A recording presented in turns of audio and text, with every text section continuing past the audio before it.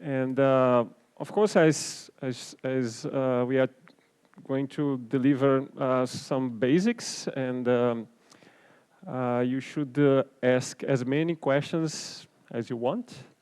The course is for you guys and not for the old ones here. So I hope we can deliver our enthusiasm about this field, and we have some good time here. This course on disorder in phase transitions will be delivered by me and Joey. Joey prepared some very nice list of exercise. So you see that we have time for doing some homework and put your hands in the hard work. And well, I think that's what I have to say. For this first lecture, I will not talk about disorder at all. I just talk about phase transitions, so you can start slowly and be in the same path, so you can build a common terminology.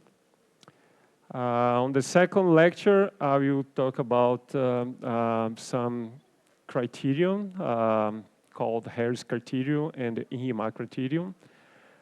These criteria, they were very important to understand the whole of disorder in phase transitions. So they basically say something like, if this happened, then disorder is relevant. On the third lecture, I will probably talk about Griffith's singularities in a very pedagogical way. In the fourth lecture, I will try to do some fancy technique called strong disorder normalization group. So there will be some nice calculations, and it's a very powerful technique, so you can have a very good understanding of a concept called infinite randomness. And in the fifth lecture, I did not decide what I'm going to tell about. Probably some dynamics in disorder, in closed disorder systems, so make connection with the other mini courses. Okay, welcome everybody. I put here some reference, so you can look at them later. These two first references here about phase transitions in general.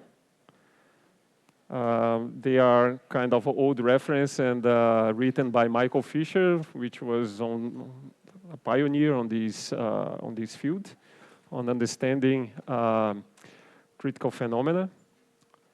And the last two references, they are review articles, which were written in a very pedagogical way. So these two articles I highly recommend to you. It's easy to read, and they do not possess so much calculation, so you don't get lost on technical details, but focus directly on the basic concepts. All right. So motivation to study phase transitions and thermodynamics and phases. When I start preparing this course, I thought, oh, from where I begin? I suppose I can start from the very beginning.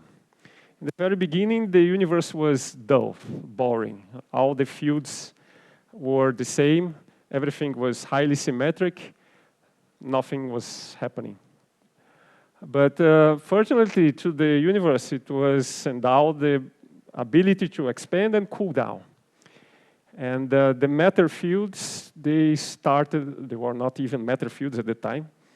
They start to differentiate between each other and undergoing phase transitions. So symmetries start to be broken, and the matter start to be less symmetric and more diverse. So that's the root for complexity. So as matter cools down, it acquires new properties, like when you cool down a magnet and it becomes ferromagnet, for instance, it acquires a new property called magnetization. And with these new properties, they have new behavior, and we can build our technology out from it. And I suppose that's a very compelling motivation to study phase and phase transitions. But to me, I like more this one here, is how to deal with singularities. Because in some phase transitions, the way we understand them now is that some non-elasticity happen in the partition function. And how a non-elasticity can happen in a function that is analytic. So if we, the whole point is to deal with these singularities that is happening in the free energy. So our deal as theorists, we have to understand or how and build a machinery or techniques on how to deal with these singularities. And renormalization group is the most successful technique for dealing with these singularities. All right. So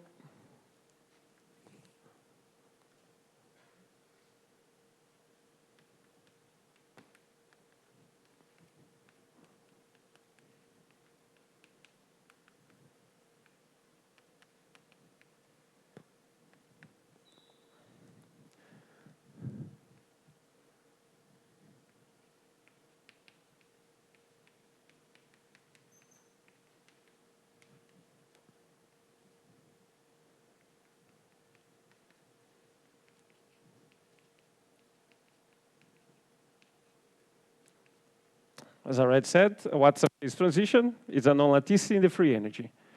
And we know that free energy is the log of the partition function. And the partition function is just a sum of exponentials.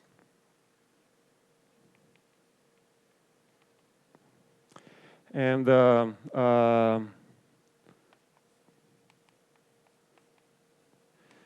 the thing is how a sum of exponentials can endow a non-latticity to the free energy. We have a log here. This is a positive function computed everywhere.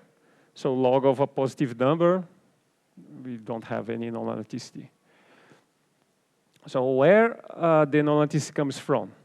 The formal way to understand that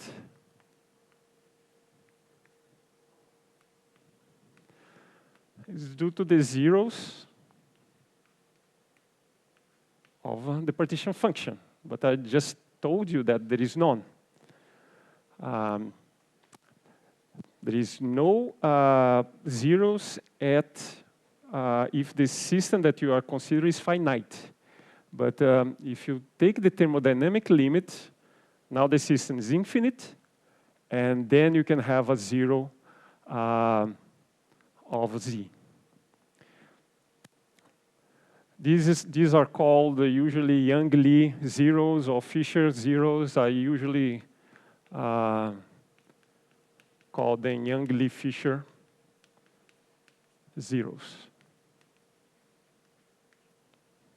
Everything starts with Yang-Lee, and then Fisher generalized those zeros. So if you, for instance, plot z as a function, or you try to look at the zeros of z as a function of temperature.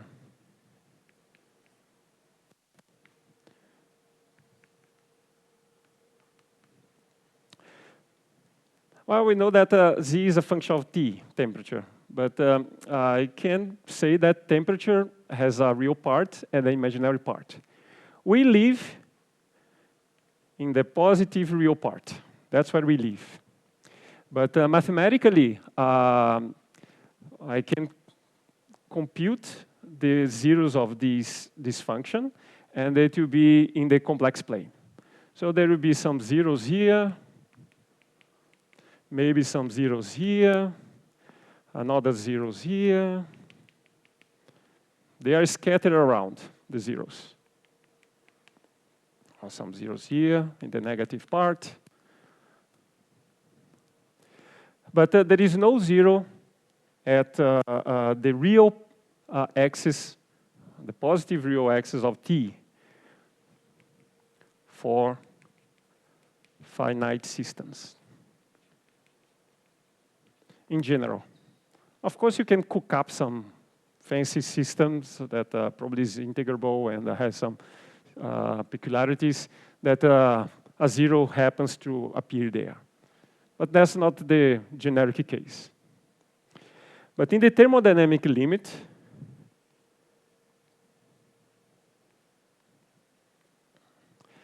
these zeros, they accumulate. There will be a lot, many, many zeros. And they will touch the real axis. So there will be a singularity happening in the free energy, because now I have to take a log of a zero. So that's the singularity, the log of zero. So if you understand the zeros, the Young-Lee-Fisher zeros, the zeros of the partition function, you understand the phase transitions. So this is for Z. They can be spread in an area here, something like that. There can be a continuous distribution of zeros here. It depends on your partition function. But then when this happens, that's your phase transition. Yeah?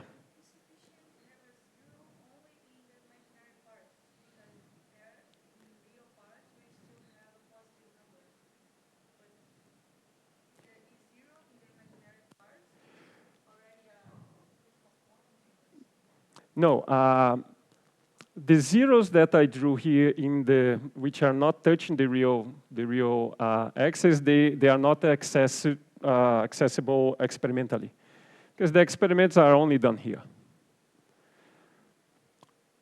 So only in the thermodynamic limit those zeros, they accumulate, and then they touch the real axis.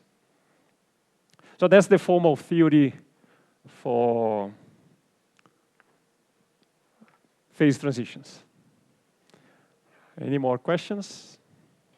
Please feel free to raise questions. So I thought we could, yeah. Yeah, any phase transitions actually. Let me say that Z is a function of temperature, volume, pressure, chemical doping, whatever. And then you can put some x's here and x's there. Doesn't matter what it is. Usually we classify a thermal phase transition when that zero that's happening there is at finite temperature. So if a phase transition happens, doesn't matter if you drive pressure or volume or chemical doping. If it's at finite temperature, we call it a classical phase transition, thermal phase transition. If that happens at T equals 0, we call it a quantum phase transition. There are phase transitions that happen at finite temperature, which are intrinsically quantum, like a superconductivity. But we call it a thermal phase transition. Just names. Okay. Up there, I just put there what we're going to have in the first lectures. So the first lecture today is that basic concepts in phase transitions. Tomorrow is Harris and Ingham criteria and strong disorder and Griffith singularities. Probably I will not I will not have time to talk about smeared phase transitions, but let's see. So these I already told you, right? So you have the complexity of when you go from one phase to another, emergent properties, like I just said, magnetization.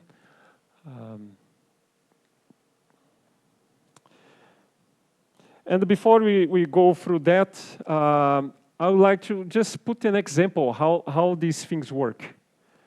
So I don't have to rush. I have some example of a model here that we can compute the partition function for any volume. And then we see the singularity, the zeros, touching the real axis. I think this example here is very illustrative, so I think we can go through that. Of course, it's somewhat artificial model, but it gives us the understanding of the base concept that I want to tell you. In general, we cannot compute this function. It's very hard. So that's one of the reasons why this sort of approach to phase transitions did not become famous or, let's say, fashionable. Because very hardly we can have access to D0, even theoretically. But I think it's 5 years ago or so, these zeros were measured experimentally. So I just said that experiments live here. But if you are clever enough to deal with some technicalities, you can have access to those. And those were measured experimentally 5 years ago, I suppose. I don't remember exactly, but I can tell you the reference if you wish. OK, so let's make an example here.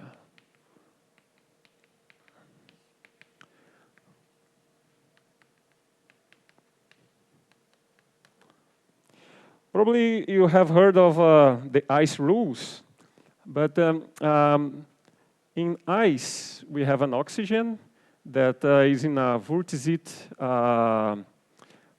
configuration, crystal lattice, and with other oxygens.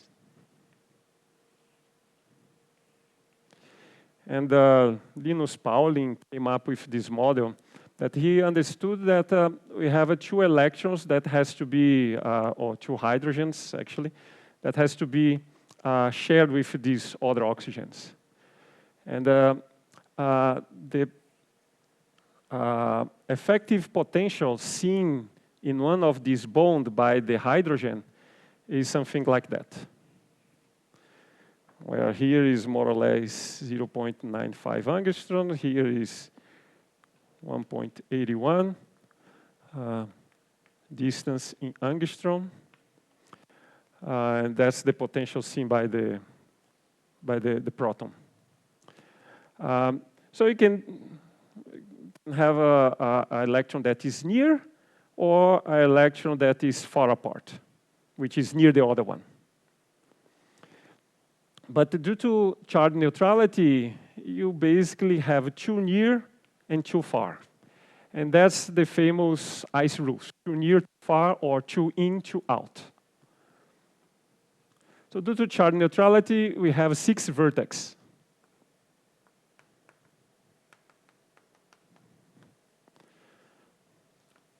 So now I will say that when the proton is near, I drew an arrow inside, and the proton is out.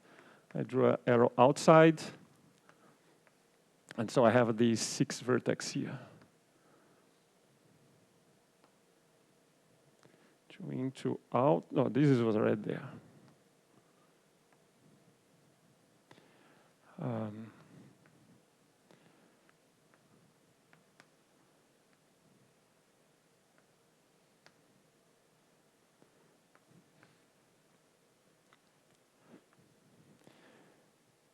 So what else? I have two coming, these two coming in, two coming out there.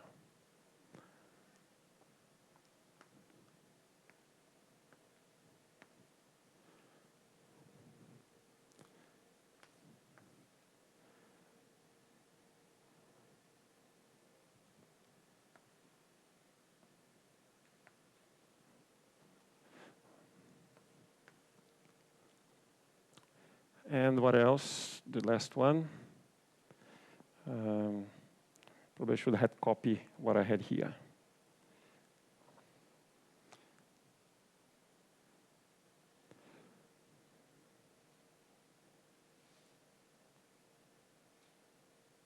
Help are welcome. Just reverse the arrows in the first one.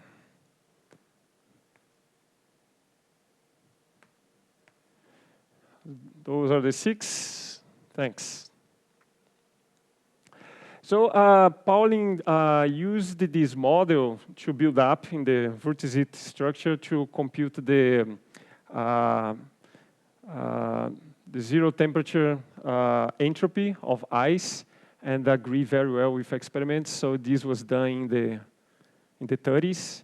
So it was one of the first success of statistical mechanics. It made him very famous. But I will not do that here.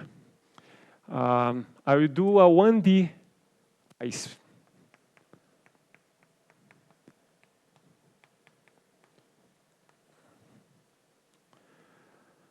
So in 1D ice model,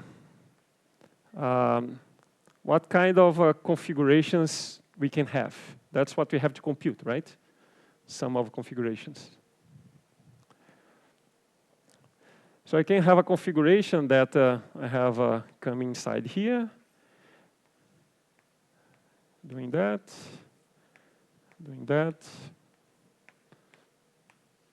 and so on, right? This is one configuration. I can reverse all the arrows, so I have 2 configurations in this case. And you see that if I put 2 arrows in, necessarily need 2 arrows out, because I have only 6 vertex. The other vertex are not allowed due to charge neutrality, remember.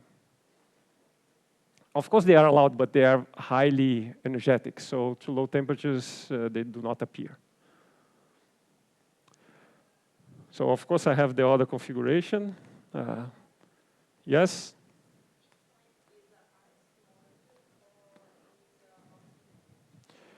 An oxygen and the hydrogens. Yeah, H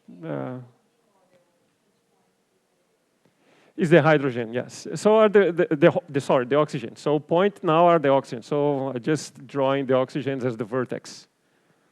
So, okay, let me just be more precise. For instance, this vertex here is equivalent to oxygen here, and a proton that is far, another proton that is far, and 2 ones that are near.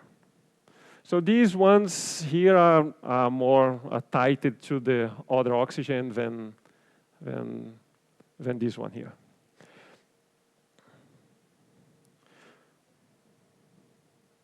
All right. So I have the reversed configuration.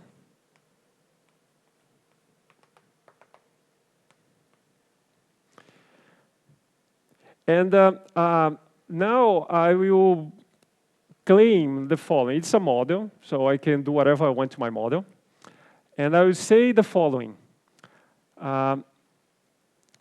This vertex, which is which one? This one here. And this other one here, right? If I flip this one and this one, they are the same, right? I just flip the entire chain. So they have the same energy, which I call epsilon naught.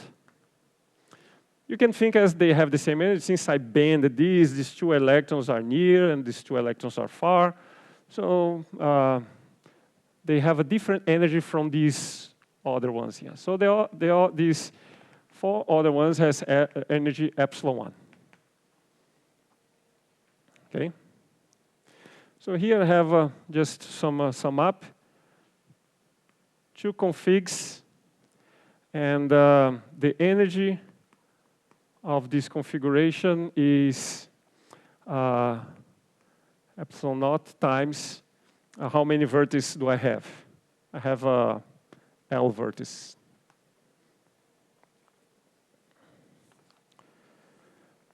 Now I have to do the other configurations that are possible. So maybe I still have some space here. If I have this sort of vertex here that is in, out,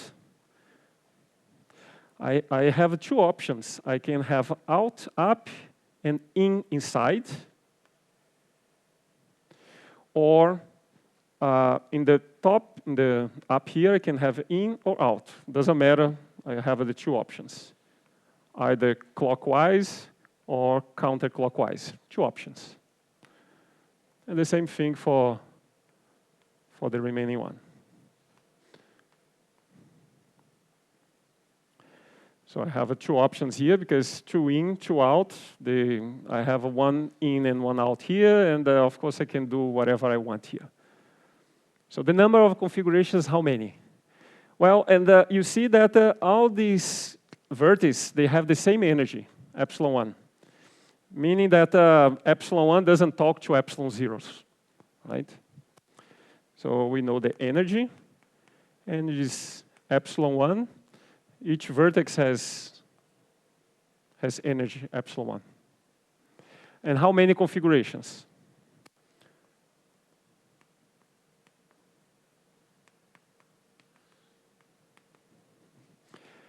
Well, I have 2 here, 2 configurations here, 2 here, so it's 2 to L minus 1. Because I have L minus 1 loops here. And these other 2 here, I can have inside, outside, or outside, inside, and the same here, so times 4. So it's 2 times, and then I raise one of the L minus 1 here. Okay? Good. So we have all possible configurations in this model. And then I can compute the partition function.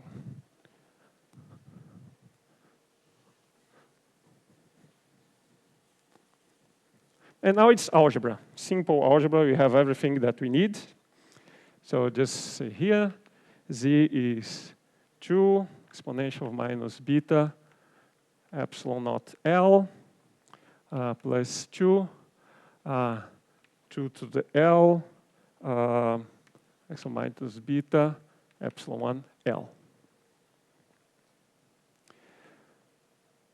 And I can compute, I can rearrange that if I want in the following way.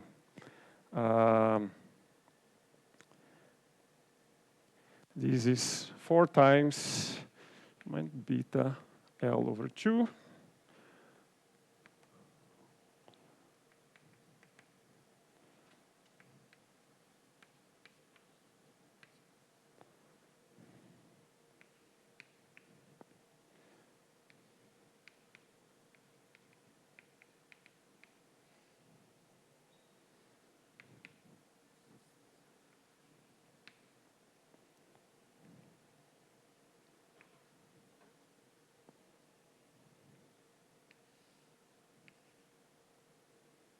Divided by 2.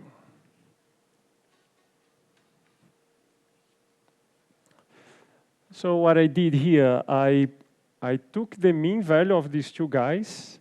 Well, I have 2 to the L here, so I can put as plus log 2 times L. And I can put L in evidence. So minus here, and I can raise these 2 to the L.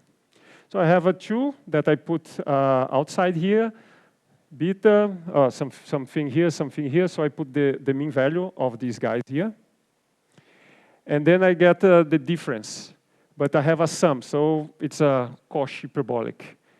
But I have to divide by 2, so I multiply by 2 here, gets a 4. So that's it. So I can write this in a more simple way as E2 minus L K of beta, cosh of 1/2 L E beta minus beta star, where, well, K of L is this number here. It's this function, is an entire function. Is minus 1/2 epsilon minus epsilon 0. It's just algebra. I go through that a little bit fast.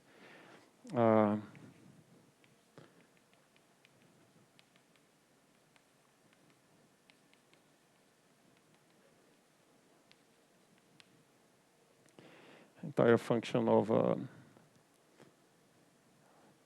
beta. Entire function is the fancy way the mathematicians say that a function is analytic everywhere.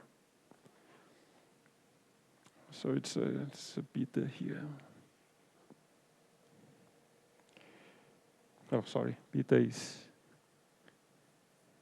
here.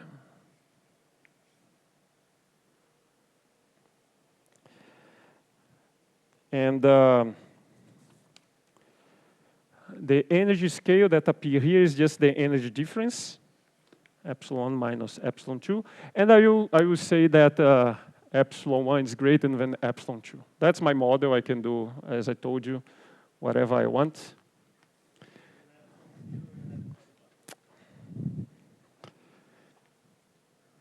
Epsilon greater than epsilon 0, and is epsilon 0 here, right? And there is no epsilon 2. Yes. Something like that. And beta star is log 2 divided by epsilon 1 minus epsilon 0,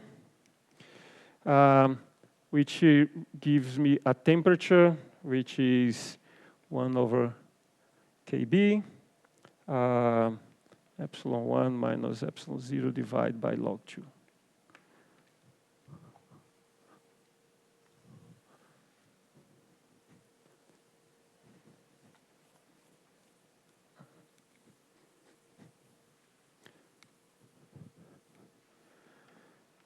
All right.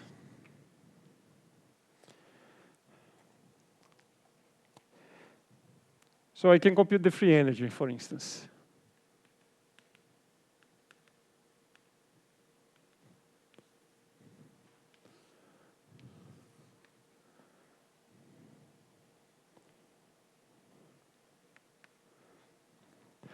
If we look at here, how is the free energy? I have, for instance, let's say that I have here epsilon 1, epsilon 0. And if you can see that I can take the log of this function, and if I compute that, you see that is a function that is something like this.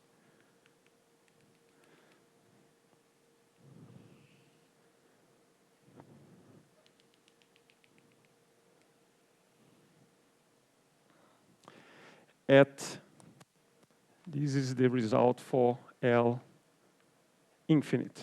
How do I know that this is the case? If L is infinite, I have exponential of minus infinite here, minus infinite here, so which one wins? When this number is less than this one, which happens, for instance, for large beta, beta infinite, t equals 0. So the one that wins is the one that is less. So the lowest energy. So as epsilon 0 is less than epsilon 1, the system prefers to be in the one of the two configurations there. That's it, just because the configuration is less energetic, temperature is very low, and you have that. As you start to increase temperature, you see that these two configurations, they don't have any entropy at all because they are fixed. But these other 2 to L configurations here, they can be either clockwise or counterclockwise. There are plenty of room for entropy. And remember that free energy is U minus Ts. So one way to minimize energy is to increase entropy if you have enough temperature. And that's what is this line is drawn here. If this number here now is less than epsilon 0, then this is favored. And if you draw this, the corresponding free energy is this dashed line here, and then the straight line. So it's just, this is for L infinite. For L finite, you have something like this that interpolates. So the function is fully, as you can see here, there is, everything is analytic. If you take the log, everything will be fine, and there will be a function that is smooth and infinite derivable, no non-analyticity.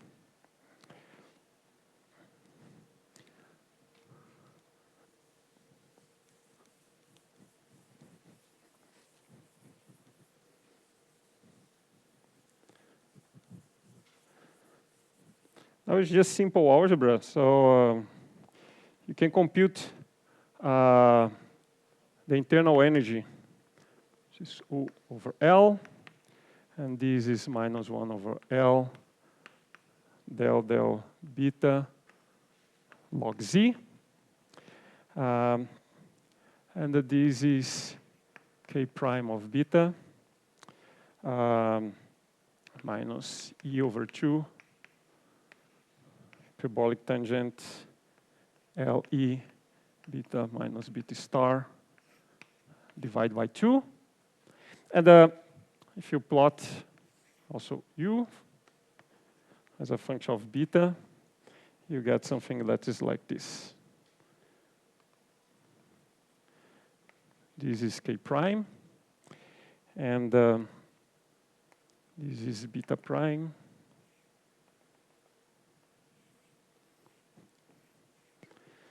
This is L infinite. And this is L finite.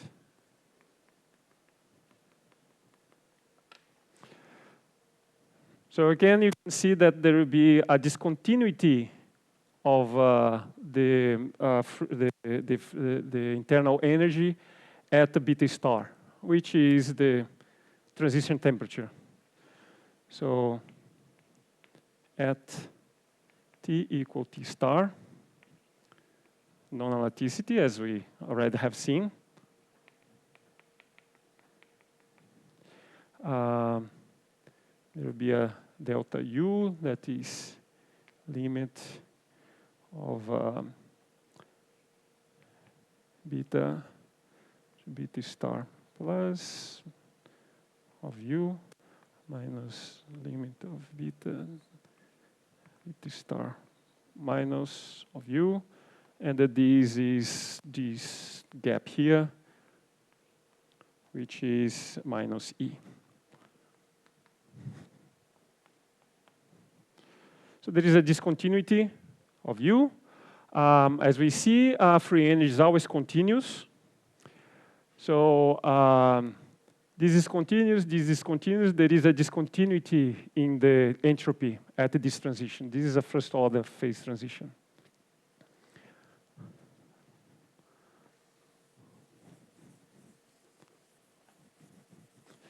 Okay, this is a simple model, we did that. But how do we relate it to the Young-Lee-Fisher zeros?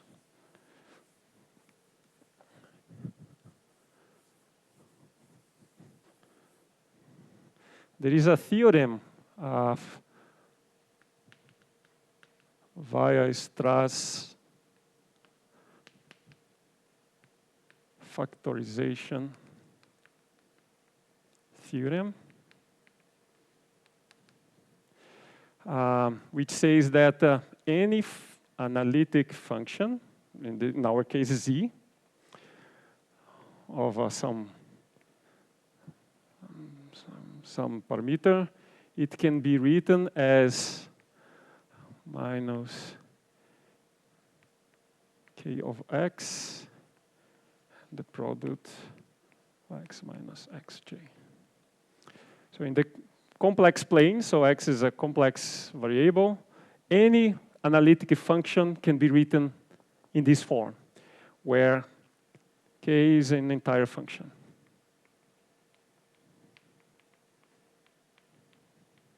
So there is an amplitude. Well, what this theorem say? I'm saying that any function can be recast as a polynomial. So this is a polynomial. And we have an amplitude for each zero of this polynomial. Something like that. There is no zero here, because this is an entire function. I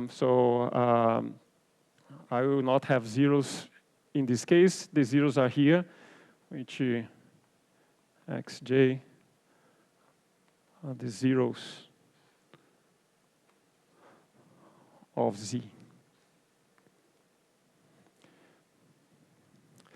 So the free energy, which is minus kBt log z, it has a regular part plus a singular part. And this singular part is proportional to what? It's exactly minus kBt. Sum of j log x minus xj. Again, these are the zeros. And when the zero is real, I have a non-elasticity at a real value of x.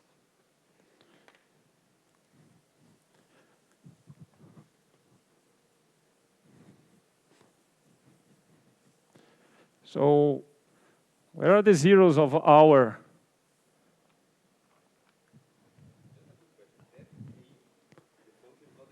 No, it's not the same. It's just, I'm just saying it's a theorem. We can write as a mu. In the theorem, in the books, you see that they use the letter mu. But now we have our z, right? So what are the zeros of our partition function?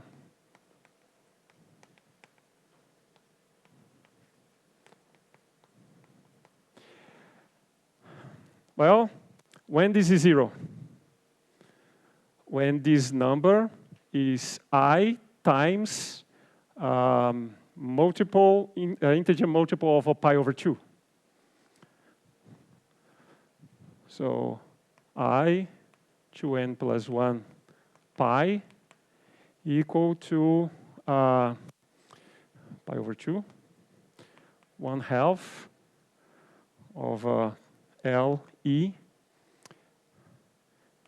beta minus beta star. Meaning that the zeros, beta sub n, are beta star, half cancels, plus I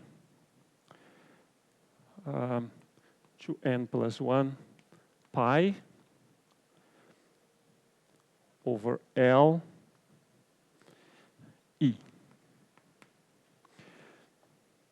And in our case, it will be something like that. Beta, and this is beta star. That's our zeros. They are not touching the real n, and is an integer. So n equals 0. N minus 1/2 is not here in the set, but then minus 1/2 would give a real 0. We don't have real zeros. But when L goes to infinite, these two zeros here, they touch the real axis. And that's the singularity that we are seeing there. So I can work out the singularity right from here without going through all those details. If I know this distribution of zeros,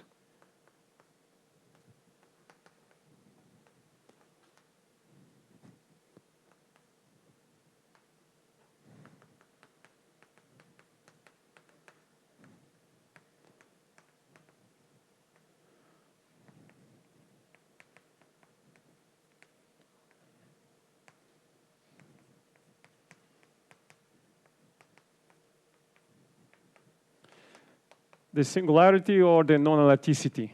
I prefer call singularity. Well, I don't know. Maybe because I like black holes, I don't know.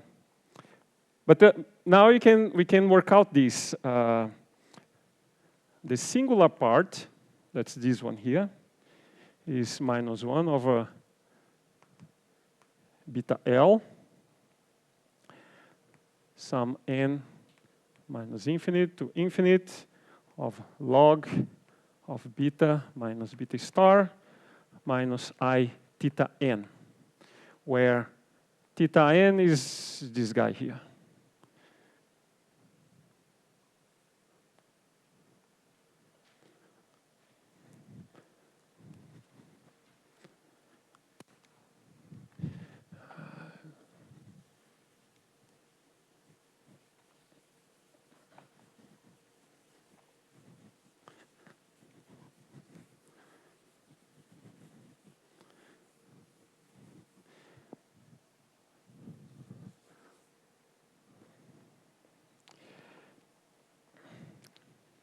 So the singular part of the internal energy is minus 1 over L del beta of log the singular part of the partition function, if you wish.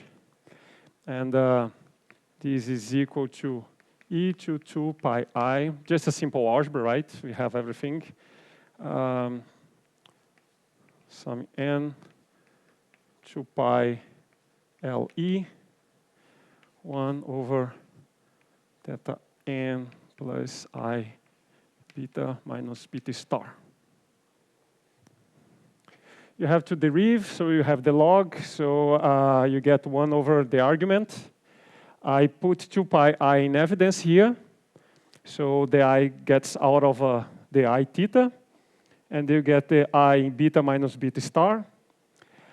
I put the 2 pi here, so I cancel this 2 pi, I put an E here, it cancels the E, and have 1 over L because it was already in the argument. But this thing here, if I go now to L infinite, this is d theta. Because d theta jumps from this quantity here. And this is E to 2 pi I integral minus infinite to infinite d theta 1 over theta minus E plus I beta minus beta star. And I put 2 pi I here for obvious reason. I'm doing residues.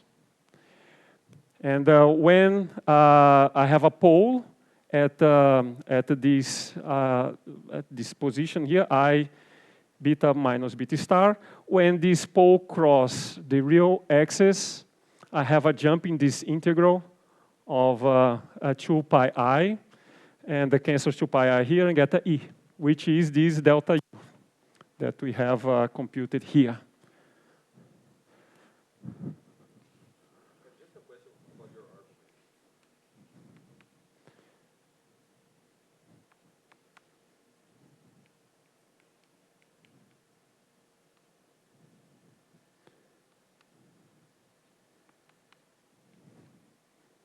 Yes? Yeah, so there you have 1 by L, right? Mm-hmm. And here you also have 1 by L from a different reason. What if Yes, these will come from the distribution. That's what I said. When you have the distribution of zeros, you know the singularity. So you have a different integral. You have probably you can have a function here, g of theta. You can generalize and have a different singularities. Probably you don't have a simple pole. You can have I forgot the name of these other poles that you, and everything comes from the zeros. Okay, so that was the example I was willing to give you. So really to see that phase transitions come from the thermodynamic limit. Without it, you don't have it, and that's it. I hope you have a. Okay, so let's keep going. I still have some. I have a half an hour yet, right? Okay. Questions?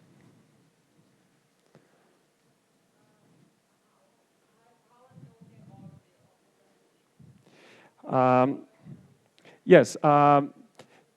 If as I was telling Victor, it depends on the structure of the singularity here. If it were not a simple pole or something else, it probably wouldn't have a discontinuity, but an infinite, for instance. This integral could go to infinite. And then you have a divergence. And would not be a first-order transition, would be a continuous transition. It depends on the model. Yeah, this model, you get a first-order phase transition, that's it. Usually, it's hard to get, to compute all the zeros for continuous phase transitions. All the examples I know that you can do this is for first order phase transitions.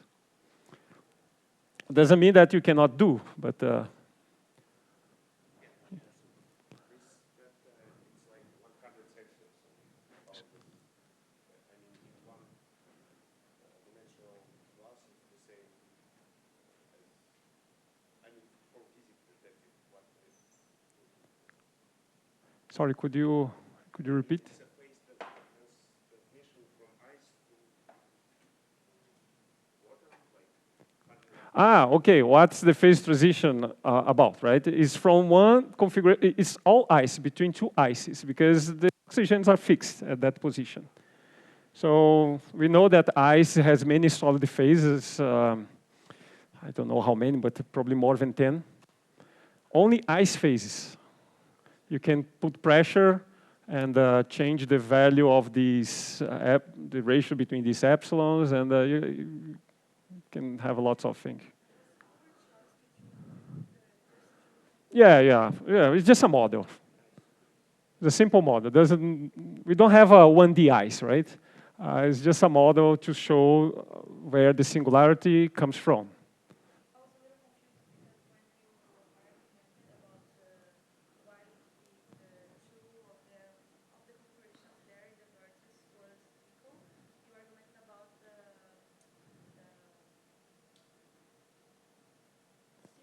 Yeah, it's the reverse symmetry. Yeah, but all other of the configurations are possible to like invert and also have the same configuration.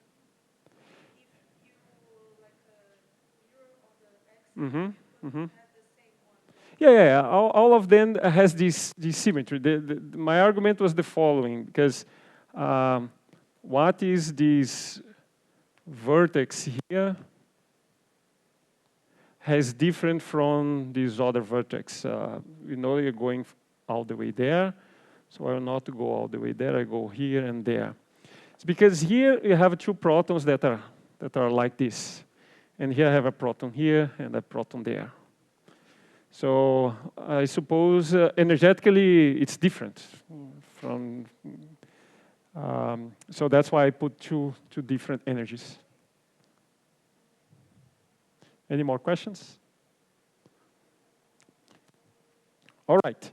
So we see that at the thermodynamic limit, we have non-analyticity, singularities in the partition function, in the free energy, and of course, this will happen to have a singularity also in the state equation.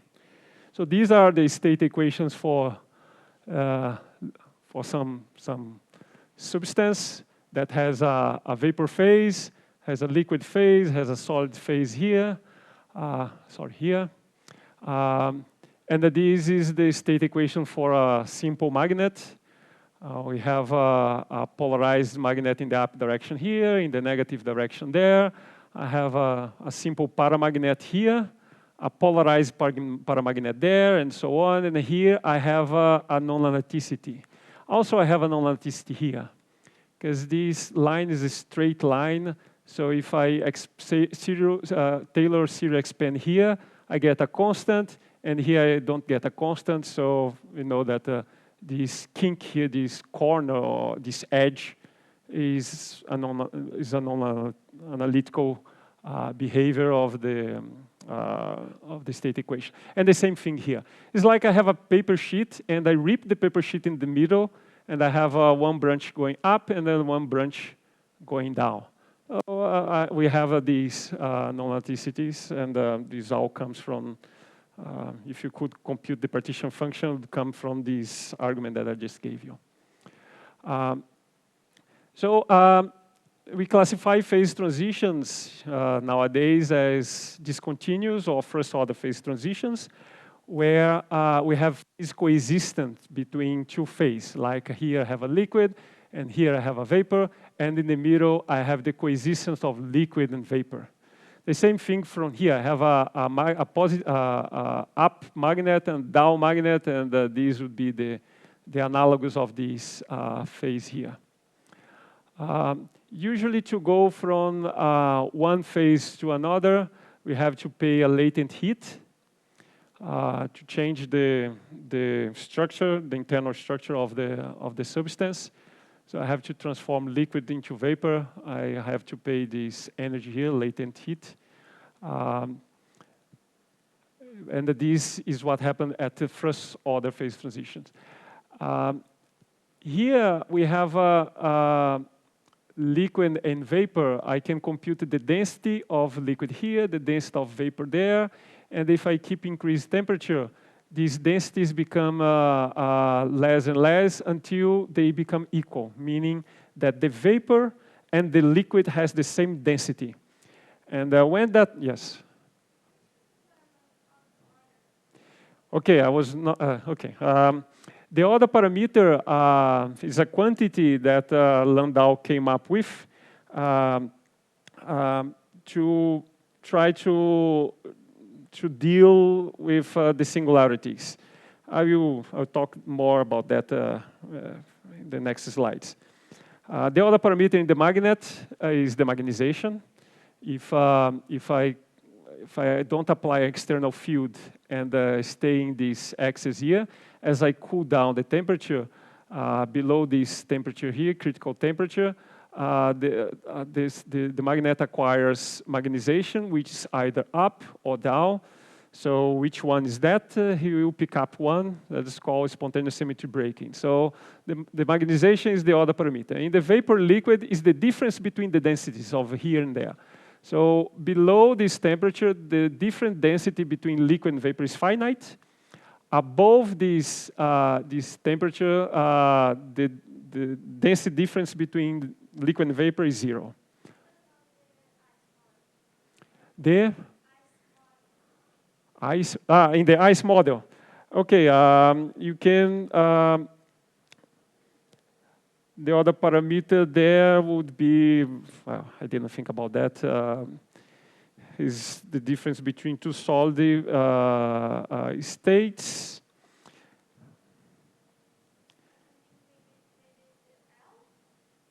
The L is the chain length. So it doesn't change throughout the transition.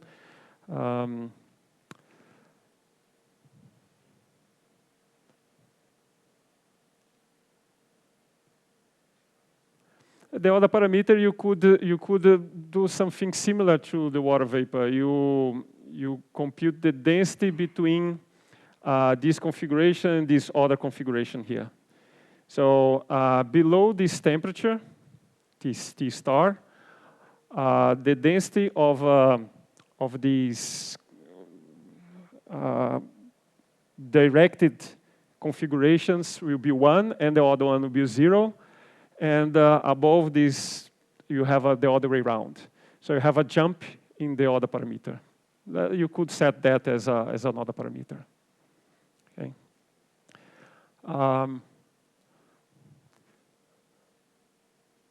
Okay, any more questions? So this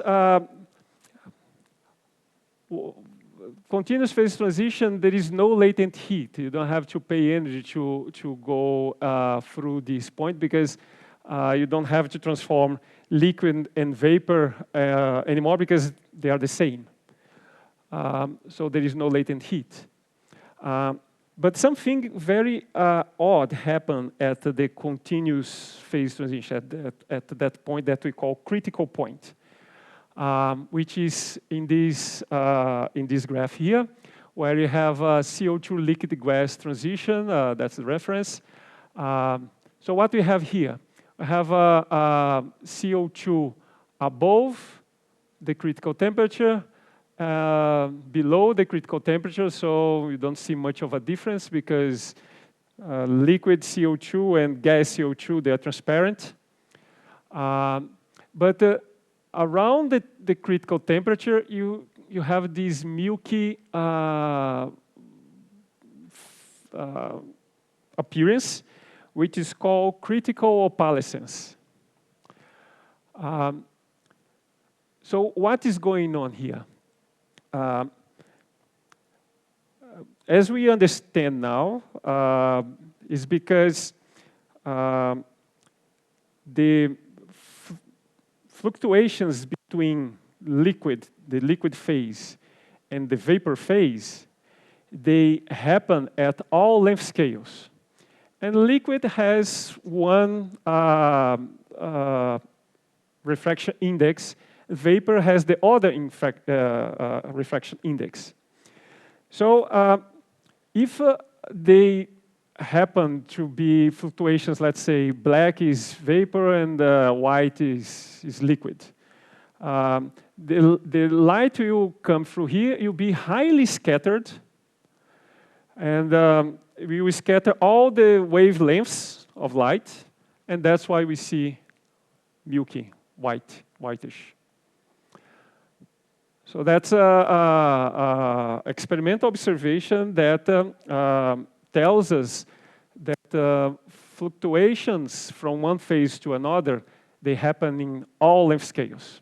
So there is a divergent length scale, which is, I try to represent in this case here for a magnet. So this is a Monte Carlo simulation of the Ising model in 2D, where black is pointing up and white is pointing down.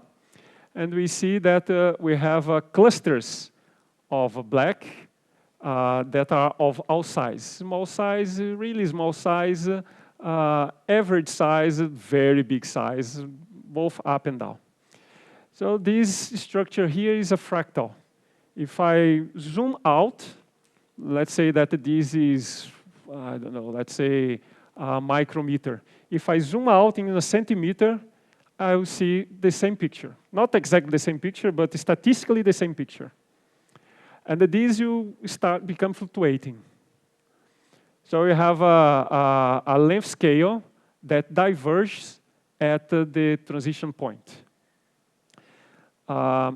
So this is called correlation length. And correlation length is a very key concept that I will use in the next lectures. Ni is called correlation length exponent. And if I could play a movie here, which I did not do, but we're going to see the following.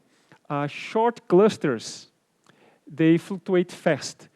Big clusters, they fluctuate very slowly. So there is a time scale associated to this length scale, which also diverges, because bigger the cluster, more time it requires to fluctuate to another phase, and that's a experimental observation. So this time scale also diverges because psi is divergent, and z is called dynamical exponent. The fact that the time divergent the time scale is divergent is called critical slowing down. So to simulations, this is something very painful because it takes a lot of time to fluctuate this configuration into another. So Monte Carlo simulations want to sample through many different configurations, but if you have a critical slowing down, it's stuck there. There are many techniques to try to overcome these nuisance, but yeah, that's part of the physics. So this was already asked about the other parameter in the liquid gas transition. You can compute the difference between the densities. How do you compute the densities? These spheres here, they have different densities. So they, the bottom one, of course, is liquid, and top one is gas, so you know the density of liquid and gas. So that's how the experimentalists came up with a clever technique to measure this difference. And below the critical temperature, we have a difference. Above the critical temperature, this is 0. Specific heat, there is also a divergency.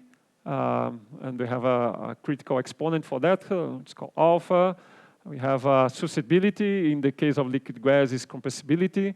You can easily compress gas, but it's hard to compress liquid. So there is also divergency in that case, and so on. So maybe the final concept that I want to tell you today, and I have to tell about quantum phase transition as well, is the following.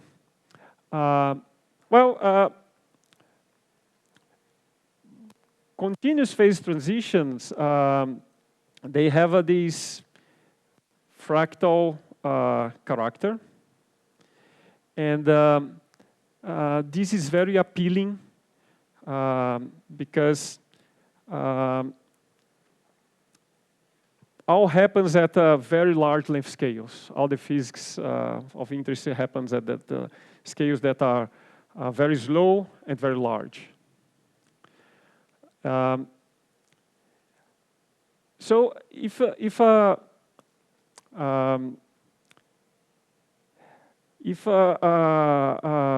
I try to understand the dynamics of these large clusters and try to compute or obtain the singularities, I realize that these singularities depends on very few parameters. That's was a result of many years of research. As I'm telling you, I'm just doing an overview here of phase transition. I'm not showing that, but the fact that these singularities they depend on only very few key ingredients, key quantities, is very appealing, because if you want to quantify these singularities and see them in experiments, you don't need to model exactly that substance that you are looking at. Because if you can come up with a simpler model that has the key ingredients and you produce the same singularity, that's the concept of universality. So studying continuous phase transition is very appealing because of that. I don't know if I probably wrote that somewhere. No, I thought I wrote universality somewhere. Okay, doesn't matter. So universality is appealing because of this. You can come up with simpler models that produce the same singularities that the experiments see. Why this is important? For instance, sometimes you have a substance, you don't know exactly the precise model of that substance. We know that we have just said that matter can arrange in many complex ways or crystal lattices. Many atoms, you have the entire periodic table to our disposal. So the correct, or not the correct, the exactly model for a substance can be very complicated.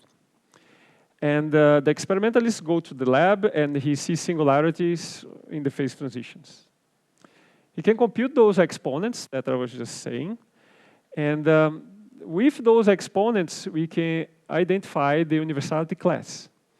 And this universality class, as I was telling, depends on very few key ingredients, like symmetry, the range of interactions, if it's long range or short range interactions, and the basically an n-dimension, if it's 1D, 2D, 3D.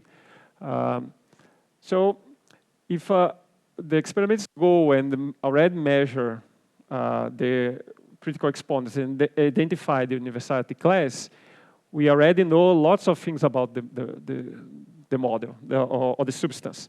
We know its symmetry, we know the fluctuations happening in which dimensions, and we know if the interactions are long range or short range, it can be dipolar or not, or short range exchange, and so on. So that's a important point to realize of continuous phase transitions. Yes, like here, in this case of a simple magnet, that the spins can be point up or down. Then we have a symmetry that is the following. If I invert up to down and down to up, I get the same configuration energetically because it's a symmetry of the Hamiltonian. So this is what we call Z2 symmetry in the jargon. It's a discrete symmetry because the symmetry group is just one inversion. And then inversion, then you get the identity back. So the group has two components, size 2 group, and that's the symmetry that we are talking. As the same thing for the liquid vapor, we can think as a parameter that can be either positive or negative. That's this density difference. So it's a parameter that is a scalar. So the other parameter, being a scalar, it tells you the symmetry. It's a Z2, it can be positive or negative. It's the same thing as magnetization, it can be positive or negative. If you are talking, for instance, of a Heisenberg magnet, which the spin does not point either up or down, but anywhere in the three-dimensional space, then the symmetry group is a different one. The other parameter will not be a scalar, it will be a vector. So the symmetry associated is the rotation symmetry in the 3 dimensions, is the O3 group. Is a continuous group, it's infinite group, it's a continuous one. So this will give a different set of critical exponents. So these numbers here will be different. Okay, thanks for the question. Okay, Landau came up with a way to describe phase transitions that's a few theoretical way to do that. How do you do this? You get your model, you identify the dynamical quantities of your model, you average these quantities through some region that is much larger than the lattice spacing. and see how this effective dynamical variable varies in space and time. So you have a field theory for that. Because now, for instance, you can think of a magnetization spin model, that you have spins that are pointing everywhere. So you average over some region, then you get a number. Let's keep with the easy model, either up or down. There are some ups, there are some downs. I do the average, I get a number that is a continuous number between 0 and 1. And now I see how what is the energy for this new variable. I go to the Hamiltonian, I expand the Hamiltonian somehow with this new variable. And I get a field theory for that. So this field theory would have everything that we need, but it's hard to deal with. By the same reason, it's hard to compute a partition function. But he was a little bit clever in the following way. He can do an expansion of this field theory for small other parameters. For instance, let's say that the magnetization is very small, and I can tackle the continuous phase transition where the magnetization is still small. So I can tailor expand this field theory. And then I have a simpler theory. I can do even further approximation. One very famous is called mean field approximation. And obtain all these singularities that I just talked here. Okay, so with that, we learned the following. If the dimension of the system is large enough, we understand that phase transition exists, and the simple approximation of mean field is exact. So this is called upper critical dimension, this is DC+. That's what we understand from this theory. I'm not showing that here, I'm just telling you the result. If the system is below this upper critical dimension, this mean field approximation is too crude. We need to keep all the ingredients from the field theory, mainly fluctuations. And the phase transition still exists because the fluctuations are not that strong, but they change the non-elasticity. They change the critical exponents. So these critical exponents, they depend on the dimension. Above the upper critical dimension, they do not depend on dimension anymore. And if you keep lowering the dimension of the substance or the model that you are dealing with, if it's below the lower critical dimension, fluctuations are so strong that you don't have a transition anymore. So that's called the lower critical dimension. And why I'm saying that is because I will use these concepts in the next lectures. So we know that Ising magnets, the lower critical dimension is 1. So if you have an Ising magnet 1D, it doesn't have a finite temperature phase transition. Above dimension 4, mean field is exact, and in the sense that it captures the correct critical exponents, it captures the correct singularity. And below, in 2 and 3 dimensions, these exponents depend on D. They are not known analytically. There is lots of research of trying to develop theories that can compute these exponents with increasing more and more precise. And the Heisenberg model, magnets, which points in the space, in 3-dimensional space, the lower critical dimension is 2. So you cannot have a Heisenberg magnet in 2 dimensions. You have to go to 3 dimensions. And in 4 dimensions is also the upper critical dimension. Yes. In Landau theory, you're necessarily using mean field approximation, or you can do like Landau theory without mean field? No, you can do Feynman diagrams and go beyond the mean field. There's a whole school of Feynman diagrams, the relations like that, and you can compute even more and more loops and get more and more precise critical exponents. You can, yeah. That's the whole deal of doing a field theory, because it's easy to do perturbation theory. So, but you need a good starting point. Okay, quantum phase transitions. So how much time do I have left? Very few. What's a phase transition? As we were saying here before, it's non-latticity in the free energy. But can we have a non-latticity even at t equals 0?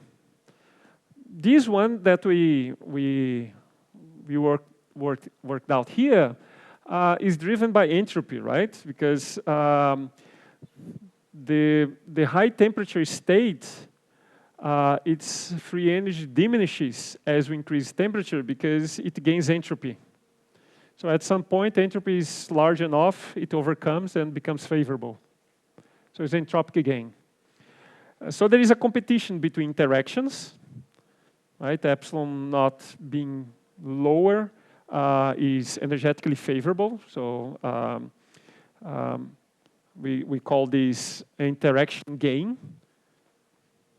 And the other one is entropic gain.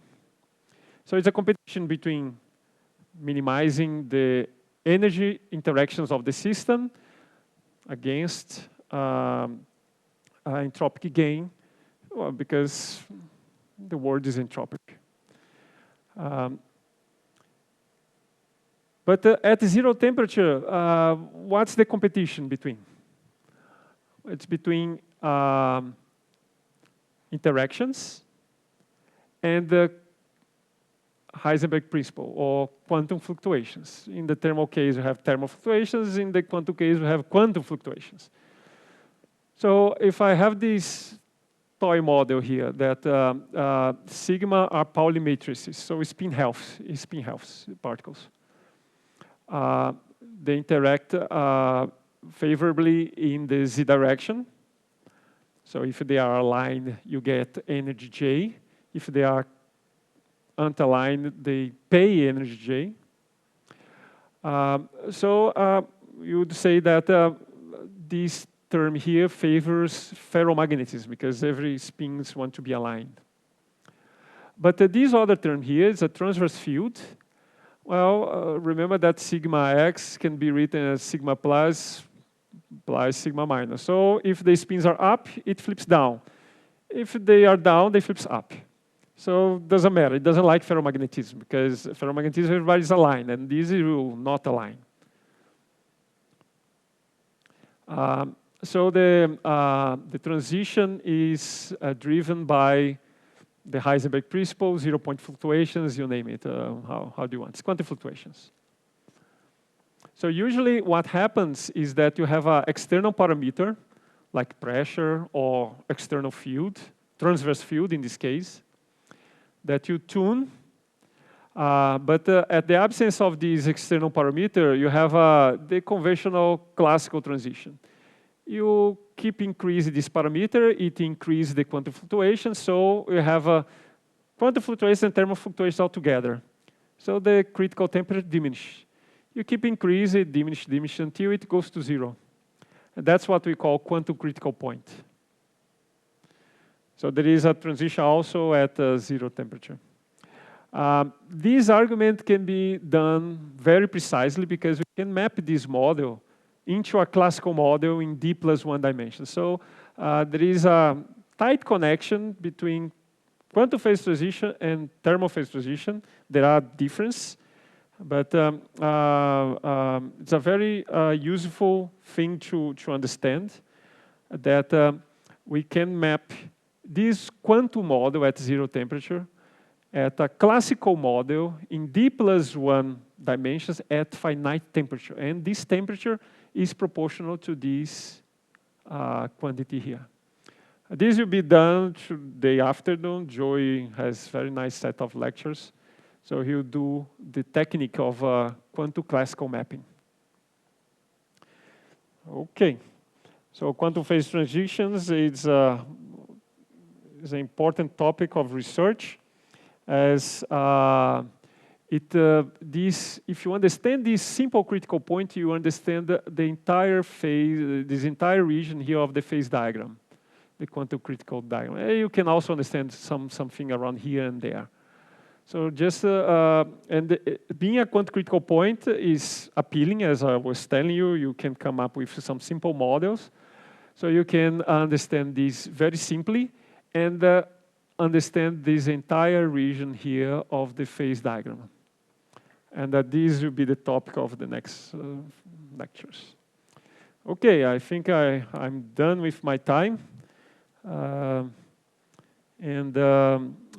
Any questions? Yes. There are first order quantum phase transition as continuous phase transition. Here I put a quantum critical one, meaning that's continuous, but it could be a first order. There are first order, depends on the model. But when there is a continuous one, then you can use universality and all this stuff. And yes.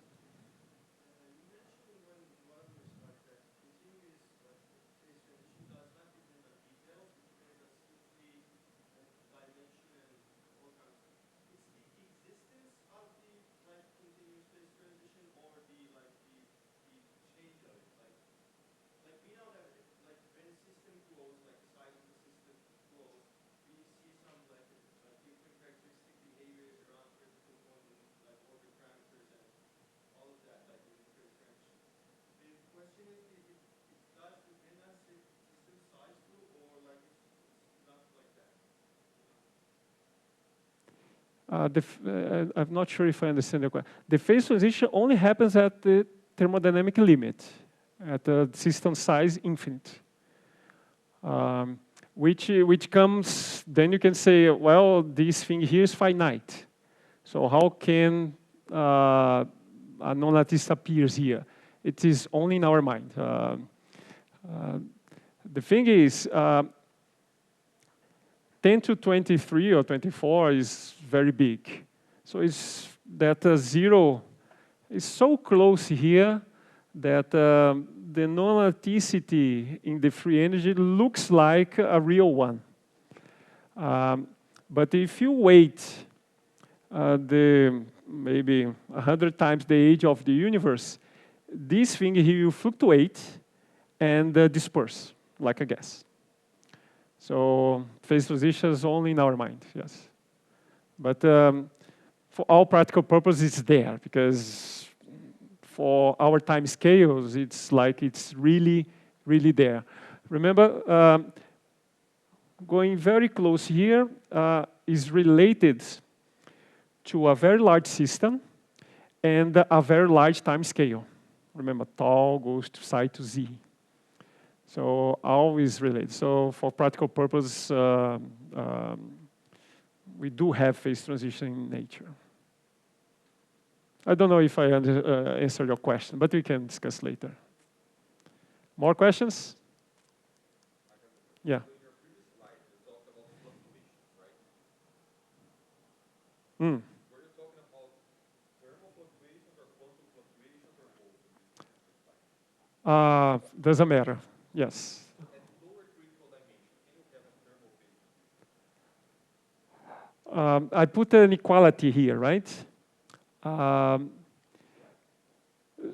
So if you go to most books and other reviews or articles, they don't put the equality. They just put less and less here. The equality is usually tricky, because there is always some model that you can find that at the lower critical dimension, there is a transition of infinite order or something like that. So be careful with the quality. This case that I put here is really that. You can say the following. I put equality here, so you cannot have a phase transition in easy magnets in D equal 1. But if you go to T equal 0, then appears a non-articity. What I mean here, at a finite temperature, you would not have one. But as he is inquiring, depends on tricky models. It will depend on the details of the model. For these models here, the equality is okay. Being vague like this means that there are lots of still to be learned. Some years ago, there were many important transitions, like Anderson transition, that we didn't even know what's the upper critical dimension. It was very simple models. So there are still things to be understood.